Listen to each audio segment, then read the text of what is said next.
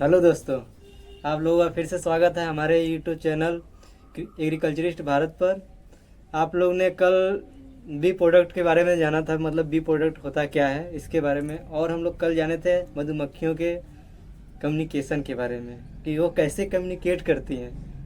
आज हम वो तो हम लोग मधुमक्खियों के कम्युनिकेशन के बारे में जान लिए थे। आज हम बी प्रोडक्ट के बारे में जो थोड़ा सा बहुत फास्ट में जाने थे कि बी प्रोडक्ट होता क्या क्या है, उन्हीं के बारे में आज हम जानेंगे एकदम पूरा पूरा शुरू से लेकर उसमें क्या पाया जाता है, कैसा होता है, उसके बारे में।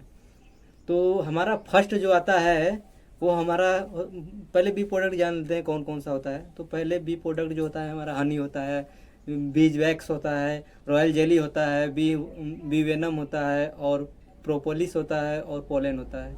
ये हमारा बी प्रोडक्ट होता है। और इसमें हम सीखें, अब फर्स्ट जो होता है हनी के बारे में जानते हैं।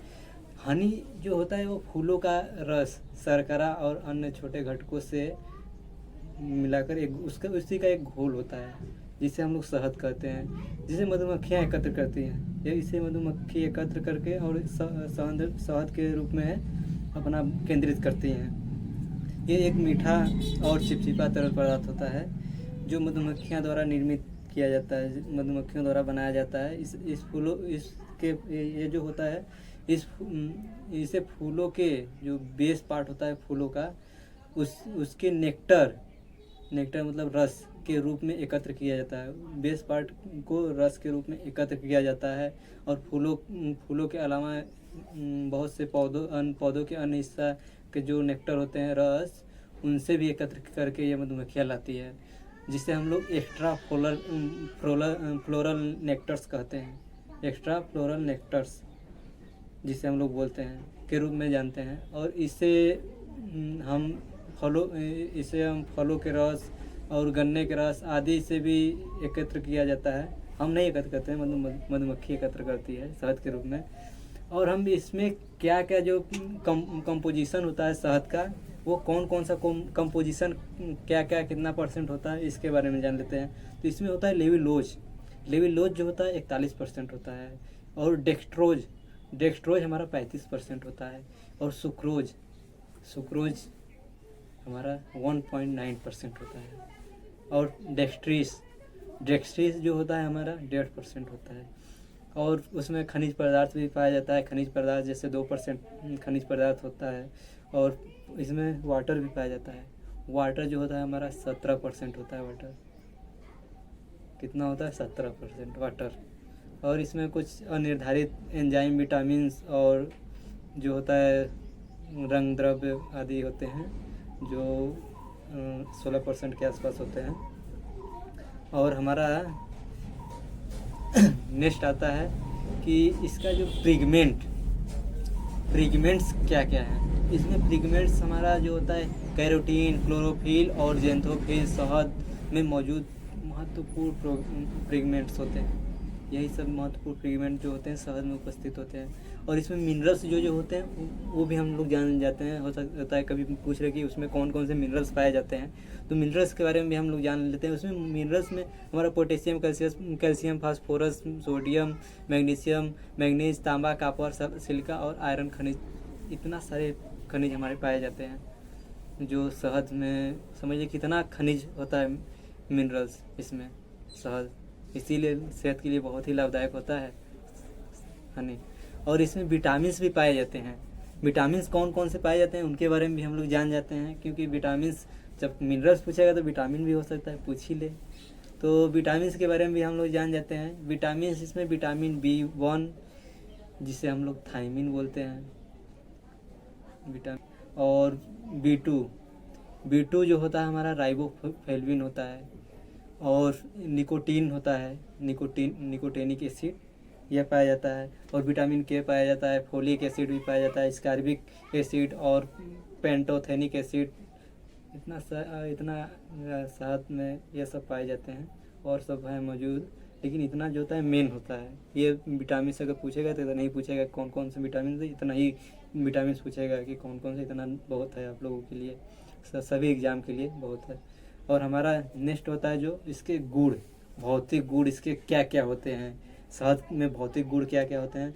शहद जो होता है वो हेट्रोस्कोपिक है। यह हाइड्रोस्कोपिक है, स्कोपिक मतलब हवा के संपर्क में आने पर यह नमी सोख लेता है। जब हवा के संपर्क में आएगा तो नमी जो होता है सोख लेता है, अपने अंदर नमी सोख लेता है।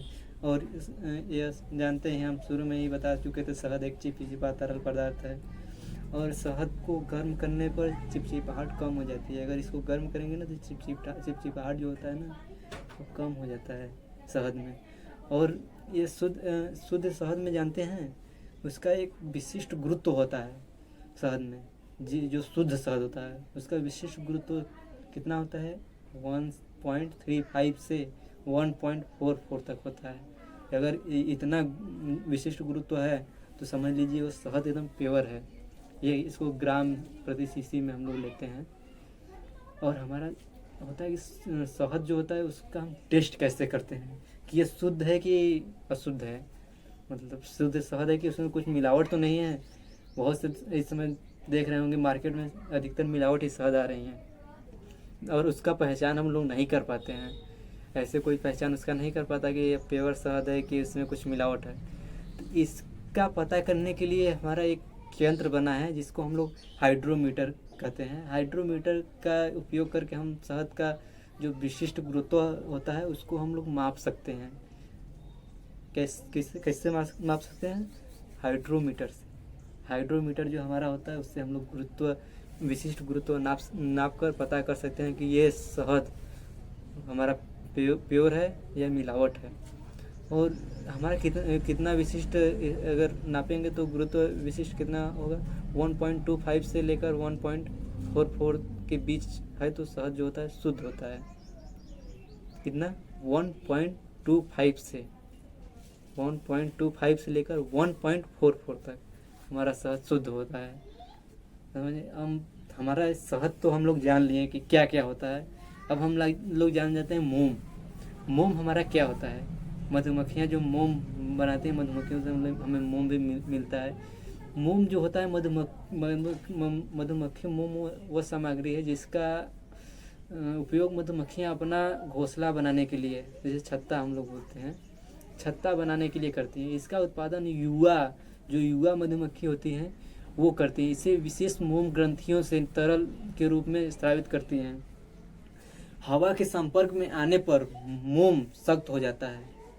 जब हवा आएगा तो मोम जो होता है सख्त हो जाता है और जो होता है ये सल्क बन जाता है। मतलब सख्त होगा तो जब सख्त हो जाएगा तो सल्क बन ही जाएगा। जो मधुमक्खी की नीचे तरफ मोम के छोटे छोटे टुकड़ों के रूप में दिखाई देते हैं। लगभग 10 लाख मोम स्केल से 1 किलो मोम बनता है। 10 लाख मोम स्केल से 1 किलो मोम बनता है। समझ रहे हैं? मधुमक्खियाँ प्रसिद्ध हेक्सोगोनल कोशिका के निर्माण के लिए मोम का उपयोग करती हैं। हेक्सागोनल मतलब छत्ते में जो हमारा वो छत्ता जो होता है किस प्रकार का होता है? हेक्सागोनल ही होता है। उसमें देखेंगे 6 होंगे कोना। जो छत्ता होता है उसमें 6 कोना होता है हमारा मधुमक्खियों के, वो हेक्सागोनल ही कोशिका का निर्माण के लिए उपयोग करती हैं। और जो होता है तो जो इनके छत्ते मतलब जो इनका छत्ता बनता है वो हेक्सागोनल ही होता है, हम बता ही दिए हैं। और ये बहुत ही मजबूत और कुशल संरचना होता है।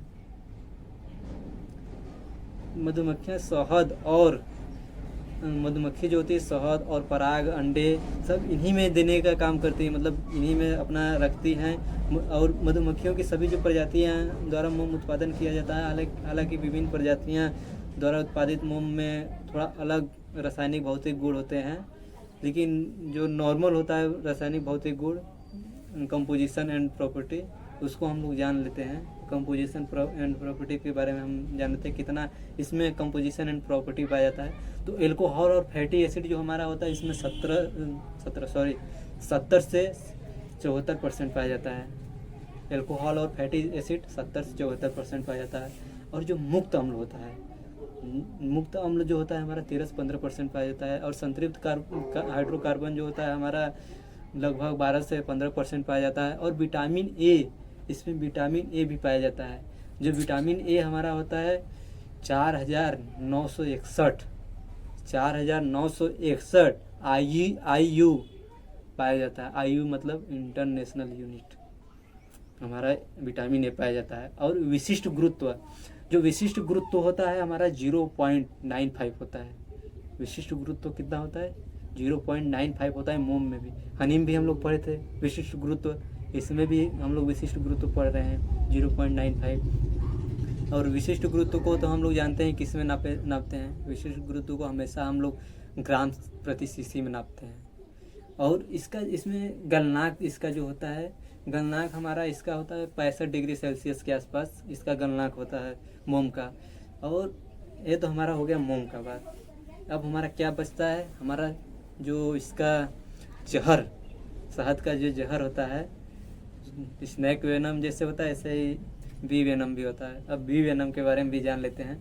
बी वेनम जो होता है, यह जो हमारी श्रमिक मधुमक्खियाँ होती हैं उन्हीं के डंक का एक जहर की थैली से जुड़ा होता है, जिसमें जहर जमा होता है, उसे हम जहर बोलते हैं।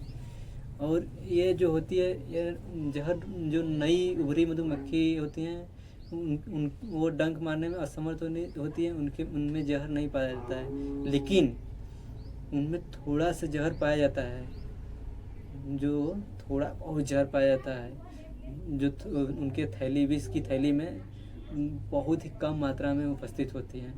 और एक मधुमक्खी जब 2 सप्ताह की हो जाती है, जब एक मधुमक्खी 2 सप्ताह में की हो जाती है तो उसका जहर एक थैली से अधिकतम जहर होता है। मतलब जब वो दो सप्ताह की हो जाएंगी तो उसके अंदर जो जहर की कंपोनेंट होता है बहुत ही अधिक मात्रा में होता है। और इसके हम लोग गुण जान जाते हैं। जहर के गुण क्या क्या होते हैं? जहर के गुण सोच रहे होंगे कि गुड़, जहर में गुड़ भी होता है क्या? होता है दोस्तों, जहर में गुड़ भी होता है। तो जहर के गुण जो होते हैं मधुमक्खी में के जहर में जो होता है हिस्टामाइन, एपामाइन, एसिथीनेज और हाइड्रोक्लोरिक एसिड और फार्मिक एसिड और आर्थोफॉस्फोरिक एसिड और सल्फर, कैल्शियम, तांबा और मैग्नीज सल्फेट आदि होते हैं। आदि चीज़ें मतलब इसमें के गुण जो होते हैं इसमें पाए जाते हैं। और हमारा जो नेक्स्ट होता है चौथा, उसे वो प्रोपोलिस जानते ही हैं। प्रोपोलिस होता क्या है? नहीं जानते तो आज जान जाइए क्या होता है प्रोपोलिस। तो प्रोपोलिस जो हमारा होता है मधुमक्खियों द्वारा पेड़ से रॉल युक्त स्राव से इकट्ठा किया जाता है। जो रॉल युक्त होता है उससे इकट्ठा करते हैं। और मधुमक्खी कॉलोनी में प्रोपोलिस का उपयोग फ्रेम चिपकाने, दरार मतलब जो उनका रहता है वो छत्ता, उनको चिपकाने और दरारें और दरारों के वजह जो सील करने के लिए इसका उपयोग करती हैं। लेकिन ये जो मधुमक्खी होती है ये एक संदृशक होती है। ये मोम का एक संदृशक होता है। जो ये छत्ता होता है ये एक मोम का संदृशक होता है। और प्रोपोलिस को हम फ्रेम और स्क्रैप करके प्राप्त करते हैं। इसका जो प्रोपोलिस हम लोग प्राप्त करते हैं स्क्रैप और फ्रेम करके प्राप्त करते हैं। और इसके हम लोग जान जाते हैं कि गुण क्या होता है। जब हम लोग ये जान लिए कि प्रोपोलिस होता है क्या, तो इसके गुण को भी तो जान लेते हैं। सबके गुण को जाने तो इसके भी गुण को जानना तो जरूरी होता है, क्योंकि हो सकता है इसका गुण ही पूछ ले क्वेश्चन में। तो हम लोग कहीं से भी कम नहीं रहेंगे, हर जगह से एकदम पूरा परफेक्ट रहेंगे कि जान जाते हैं कि इसके गुण क्या होते हैं। तो दोस्तों इसके गुण जो होते हैं हम उनके बारे में जान लेते हैं। इसके गुण जो होते हैं इसमें रेजिन और बाल्सम 55% पाया जाता है। कितना पाया जाता है? 55% रेजिन और बाल्सम। और इसमें एथेनॉल और सुगंधित तेल जो 10% पाया जाता है। इसमें सुगंधित तेल भी पाया जाता है। बजाज तेल मत समझ लीजिएगा, ये वही तेल होता है लेकिन बजाज तेल नहीं, सुगंधित तेल इसका अलग होता है। और इसमें हम ये जो होता है इसमें कुछ ना जो होते हैं पोलन वो भी पाया जाता है। 5% तक इसमें पोलन भी होता है। और हमारा जो लास्ट का होता है, क्या लास्ट बचा है जानते हैं? Royal jelly. रॉयल जेली समझ लीजिए, देखने सुनकर नाम ही रॉयल मतलब राजाओं का फीलिंग आ रहा है ना, रॉयल राजाओं वाला फीलिंग। तो यही जो रॉयल जेली होता है, इन्हीं को जो मधुमक्खियाँ जब रहती हैं, जब अंडे से निकलती हैं तो यही इन सभी मधुमक्खियों को, जितने भी फीमेल मधुमक्खियाँ होती है, सभी को रॉयल जेली खाने के लिए बोला जाता है। और रॉयल जेली सभी नहीं पचा पाते हैं। वही जो मधुमक्खी ऐसी होती हैं जो रॉयल जेली पचा लेती हैं, वही मधुमक्खी रानी बनती है। जो रॉयल जेली पचा लेगी वही मधुमक्खी रानी हमारी बनती है। अब रॉयल जेली कौन जो अगर मान लीजिए रॉयल जेली खाकर 2 मधुमक्खी पचा ली तो ये तो गड़बड़ हो जाएगा, 2 रानियां हो जाएंगी एक छत्ते में। तो एक छत्ते में 2 रानियां नहीं होती हैं, एक छत्ते में एक ही रानी होती है। अगर 2 हो गई तो 2 हो गई तो दोनों में हो जाएगा भिड़ंत, मतलब लड़ाई हो जाएगा दोनों में। जब लड़ाई हो जाएगा तो जब दोनों आपस में लड़ भिड़ जाएंगी तो उसमें से बस एक बचेगी, जो बचेगी वही रानी होगी। और रॉयल जेली जो होता है उसका जो निर्माण होता है उसको कौन करता है? उसका निर्माण जो रॉयल जेली का 6 से 12 दिन की जो मधुमक्खियाँ होती हैं, जिसकी उम्र 6 से 12 दिन की होती है, जिसे हम लोग नर्स मधुमक्खी कहते हैं, इनकी ग्रंथियों द्वारा स्थापित होता है। इनकी जो ग्रंथियाँ होती हैं इन्हीं से स्थापित होता है रॉयल जेली। और जब ग्रंथियाँ पूरी तरह से सक्रिय होती हैं तभी ये रॉयल जेली उत्पन्न होता है।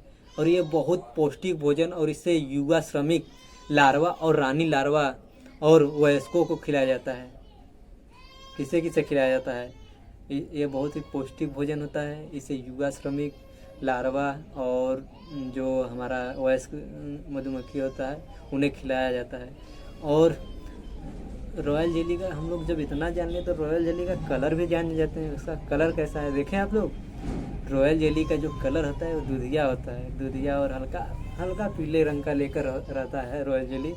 और रॉयल जेली मार्केट में भी मिलता है, बहुत ही महंगा मिलता है। इसे बहुत लोग उपयोग करते हैं रॉयल जेली को, और सबके बस का बात नहीं होता है कि रॉयल जेली ले सकें, बहुत ही कॉस्टली होता है। और इसके गुड़ों के बारे में हम लोग जान जाते हैं। रॉयल जेली के जो गुड़ होते हैं वो क्या क्या होते हैं।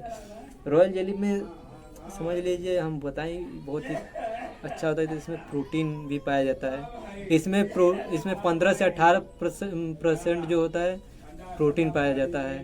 प्रोटीन मुख्य रूप से amino acid, alanine, arginine, aspartic acid और जो होता है ग्लूटेनिक एसिड, ग्लाइसिन, आइसोलोसिन, लाइसिन और मेथियोनिन और कुछ और बहुत से होते हैं, एलिनिन, ट्रिप्टोफैन, टायरोसिन और सेरिन, ये सब इसमें प्रोटीन होते हैं। और इसमें प्रोटीन होता है तो इसमें लिपिड्स भी होता है। लिपिड इसमें 2 से 6% इसमें लिपिड्स पाया जाता है।